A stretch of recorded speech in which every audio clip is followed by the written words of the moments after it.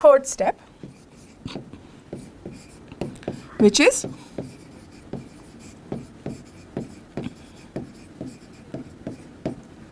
electrophoretic separation, right. अब ये step हम क्यों परफॉर्म कर रहे हैं? क्योंकि अभी जो हमें रिजल्टेंट मिला पिछले स्टेप का, that is all the fragments are being crumbled up together, वो एक साथ अलाइन है। अब उन सबको सेपरेट करना is important so that we could study them separately, right. So उसके लिए हम इलेक्ट्रोफोरेटिक सेपरेशन करते हैं। कौन सा electrophoresis we are going to opt? We are going to go for agarose gel electrophoresis, ठीक है। एगरोस जेल इलेक्ट्रोफोरेसिस जनरली हम डीएनए के लिए यूज करते हैं because of its larger spore size in comparison to other gels, ठीक है। Also जब हम इलेक्ट्रोफोरेसिस करते हैं तो इलेक्ट्रोफोरेसिस का बेसिक प्रिंसिपल क्या है कि हम मॉलिक्यूल्स को सेपरेट करते हैं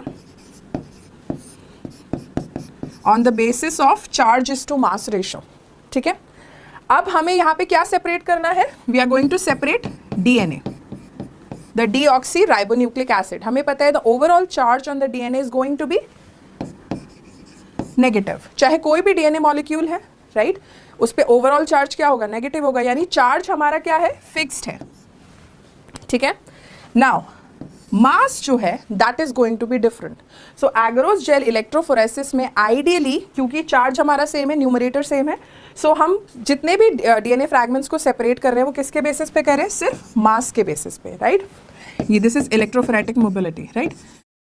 सो ऑब्वियसली अगर किसी डीएनए मॉलिक्यूल का साइज बड़ा होगा तो मास ज़्यादा होगा, तो वो पर्टिकुलर मॉलिक्यूल कम मूव करेगा, right. Electrophoretic mobility is inversely proportional to mass. तो जितना बड़ा डीएनए फ्रैगमेंट होगा जेल में वो उतना ही स्लो मूव करेगा, जबकि छोटा जो फ्रैगमेंट होगा वो क्या करेगा? जल्दी मूव करेगा। दैट इज द रीजन जब हम इलेक्ट्रोफोरेटिक सेपरेशन करते हैं, so we create an agarose gel, ठीक है। हम एक एगरोस जेल प्रिपेयर करते हैं by dissolving the agarose into hot water, ठीक है, और उसके बाद उसको एक कास्ट में हम एक जेल प्रिपेयर करते हैं। इस जेल में we will be going to have wells like these, ठीक है। These wells are for the loading of the sample, जो भी डीएनए हमें सेपरेट करना है उसको। नाउ क्योंकि हम यहाँ पे डीएनए फिंगरप्रिंटिंग परफॉर्म कर रहे हैं, तो डीएनए जो मॉलिक्यूल है हमें नेकेड आई से तो विजिबल होगा नहीं, right. So we have to stain it. तो डीएनए के लिए जो स्टेन हम यूज करते हैं that is going to B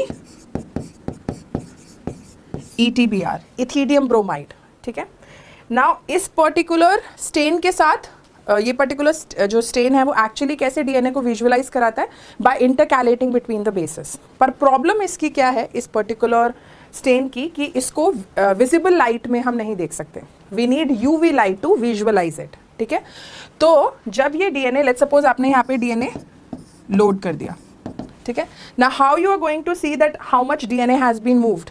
ऐसा नहीं होना कि अगर हमने इलेक्ट्रोफोरेसिस स्टार्ट किया, इलेक्ट्रोफोरेसिस कैसे स्टार्ट करते हैं? We'll add the DNA samples here, we attach this particular assembly to the electric supply and then we on it. और क्योंकि ये नेगेटिवली चार्ज पार्टिकल है, so it's gonna attract towards the positively charge particle, and as I have told you, अगर कोई particular DNA fragment बड़ा होगा so it's gonna move lesser, और अगर कोई छोटा होगा it's gonna move farther, right. Now the point is कि क्योंकि ये पूरा जो जेल का स्ट्रक्चर है it's a sieve like structure जिसमें बहुत छोटे छोटे पोर्स हैं through which the DNA fragments are moving, तो हमें कैसे पता चलेगा दैट दिस एंटायर डीएनए यहाँ से बाहर नहीं निकल जाएगा, राइट, या जेल को भी क्रॉस नहीं कर जाएगा? In order to do that, क्योंकि हम अगर ETBr से सिर्फ स्टेन करेंगे तो प्रॉब्लम क्या होगी? हमें दिखेगा नहीं विजिबल लाइट में कि कितना मूव कर गया, and that is the reason कि हम जब एगरोस जेल इलेक्ट्रोफोरेसिस परफॉर्म करते हैं we add another dye known as tracker dye which is methylene blue, right। तो अभी इलेक्ट्रोफोरेटिक सेपरेशन यानी ये स्टेप परफॉर्म कैसे करेंगे? वो जो हमें टेस्ट ट्यूब में हमारे पास फ्रैगमेंटेड डीएनए है उसमें ऐड करेंगे ETBr, उसमें ऐड करेंगे मिथिलिन ब्लू और थोड़ा सा बफर ऐड करते हैं सो दैट कि वो लिक्विड स्टेट में मेंटेन रहे। Then we are going to add it over here in these wells, ठीक है। Now we will close the electrophoretic assembly and add up the electric supply, और फिर हम अलाउ करेंगे कि वो मूव करना स्टार्ट करे, राइट। तो होता क्या है दैट मिथिलिन ब्लू बहुत डार्कर ब्लू कॉम्प्लेक्शन होता है, वो जितना मूव करती रहती है वो हमें दिखता रहता है इनटू द जेल।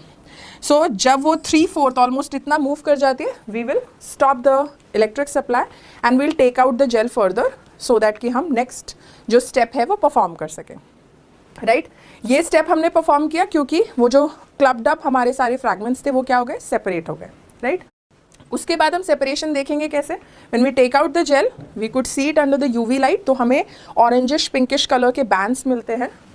डीएनए अगर हमारा सेपरेट हो गया होता है तो we'll get the bands like these.